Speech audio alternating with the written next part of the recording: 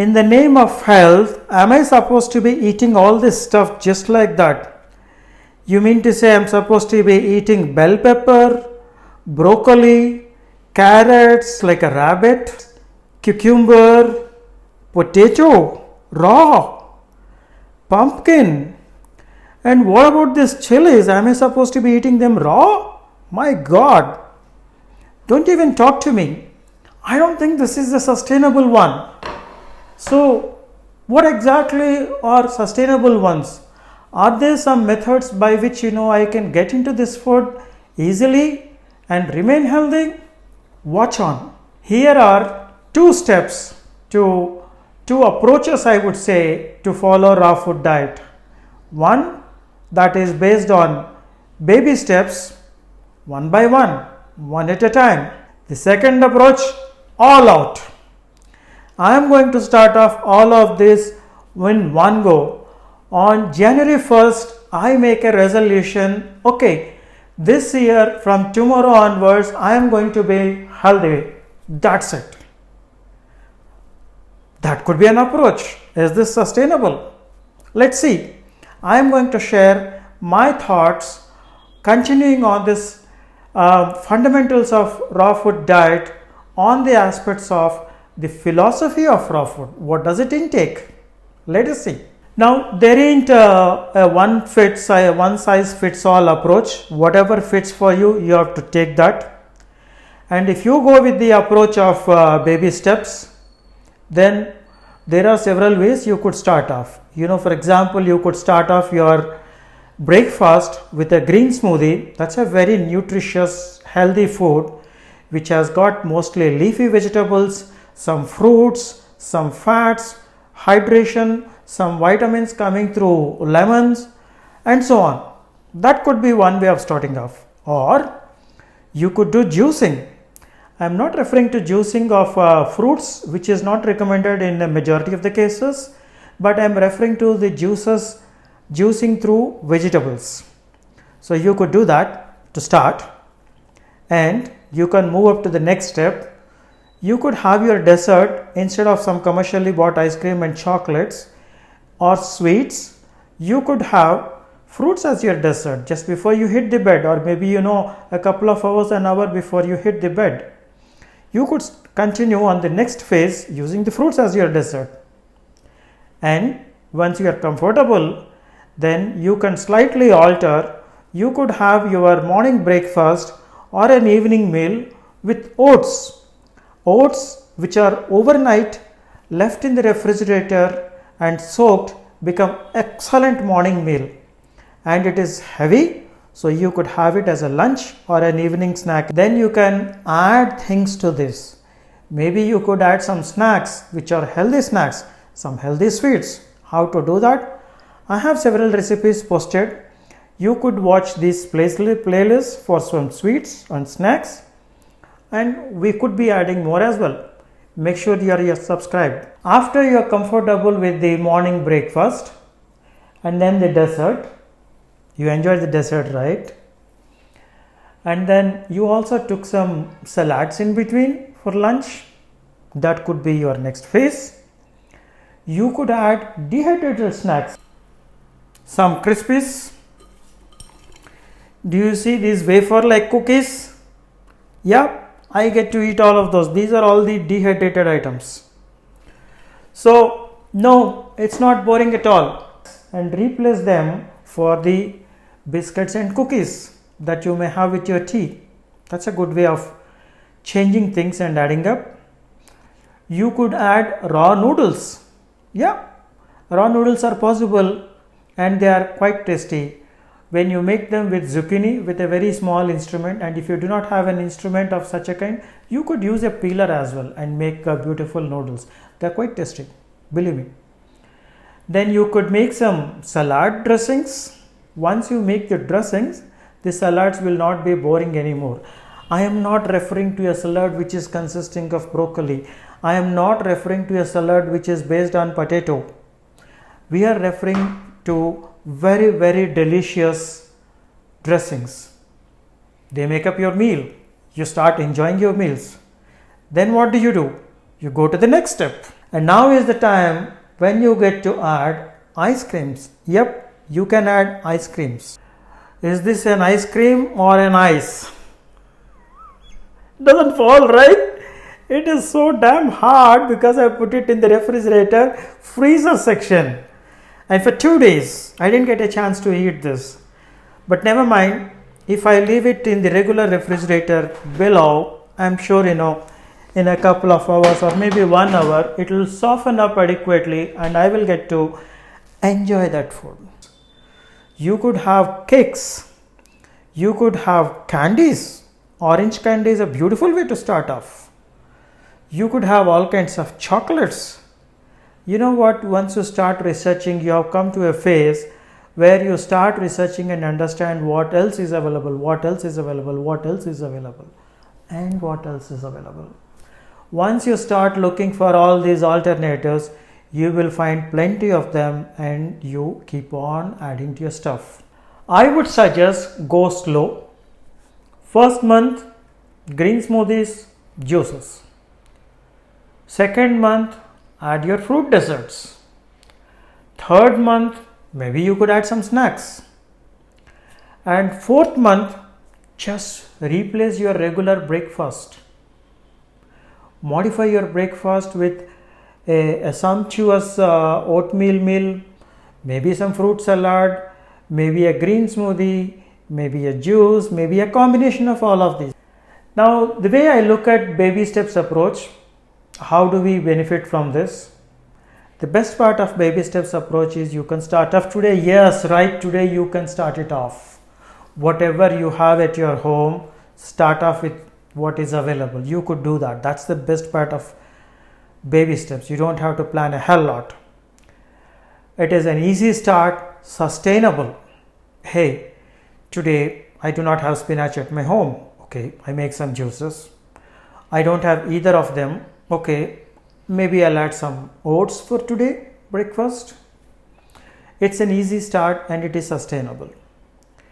It is flexible. You can see the benefits progressively. You change your breakfast, then you change your evening meal, then you change your lunch, and so on and so forth. You'll start seeing the benefits. As you get more benefits, you can start making more modifications. So if everything is good, then why should I even look at a second approach? Well, there is a big risk in this. There is less commitment in this. When you have too many exceptions, you don't have spinach at home, so you skip the juicing today or the smoothie today. You don't have fruits at your home, so you skip the dessert today, and so on and so forth. Then you start making too many exceptions and then you have become irregular and there's a risk of giving up. And that is something we don't want to have.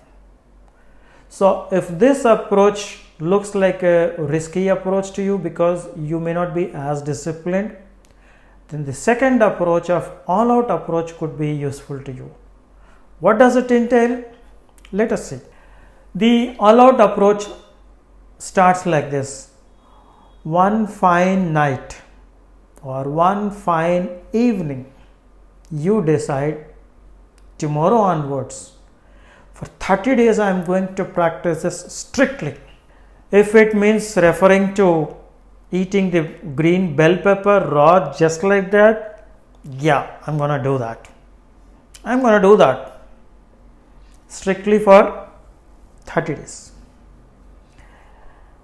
Optionally, you could also say, we will do detoxification with juicing. What is detoxification? We will see in another video. But in simple, it refers to giving up your foods for 2, 3, 4, 5 days and having only juices as your primary meal. Then your body cleans up completely and then you can start adding more solid materials.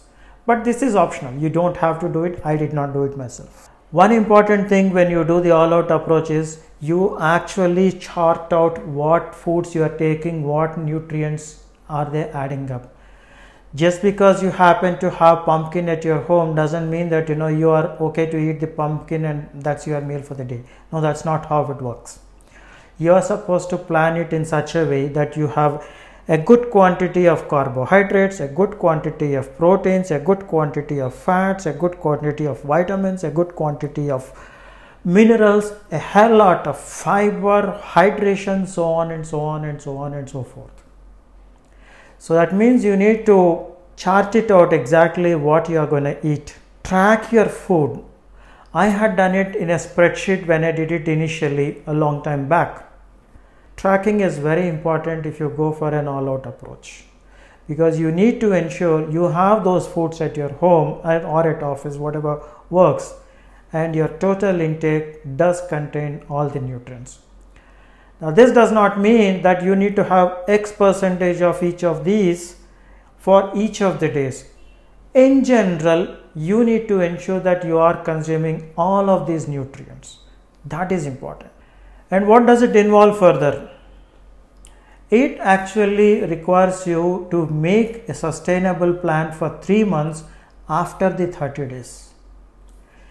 Don't overwork initially. Make out a plan for the next 3 months. After you successfully complete the 3 months, how am I going to eat? What am I going to eat? How am I going to make? And so on. Do a vigorous research on raw food diet. Not now, after 30 days. Whatever jnana or knowledge I am giving through these videos, I think is adequate for you to start through. But after you finish your 30 days, you would want to research on what is this diet. You want to grasp some daily recipes, what you are going to eat on a daily basis. You don't have to eat exactly the same food every day. And that's exactly the reason you need to research and find out. You need to track some health benefits also. Okay, I have done the first 30 days or first 1 week or the first 3 days of shifting to raw food diet. What exactly happened to me? Did I lose some weight? Yeah, please track your weight. Or did my stress levels come down? My blood pressure has come down. Maybe I feel more energetic. Maybe my skills start glowing after 30 days. It has become supple. So you need to keep tracking on what is happening to your health. Now, what are the factors which are in favor of or stand as a risk when it comes to an all-out approach? For one, it is difficult to sustain in the short run. The first 30 days, the first 1 week, the first 3 days are going to be difficult. But on the 4th day, you got sick of that. Yes. You could be worried that you might find this as not a sustainable, viable one because you may not be enjoying your food. But then you need to push for it for 30 days. Then what? The benefits are glaring and absolutely motivating. You can actually see the benefits. If I have lost weight, I can see it immediately within those 30 days. If my glucose levels have come down, if my blood pressure has come down, I can actually measure it. After 3 months, I can see there is a difference in how my skin glows. I can see how energetic I am, how handsome or beautiful I could be looking at.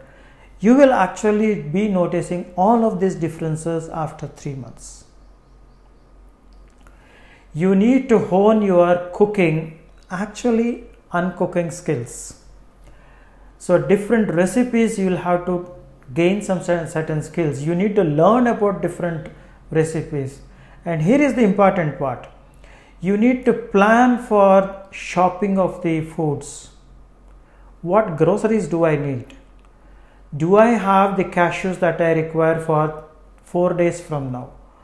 Do I have enough stock of dates? Do I have enough fruits for tomorrow? You need to be shopping systematically. Well, I followed an all-out approach and it worked for me.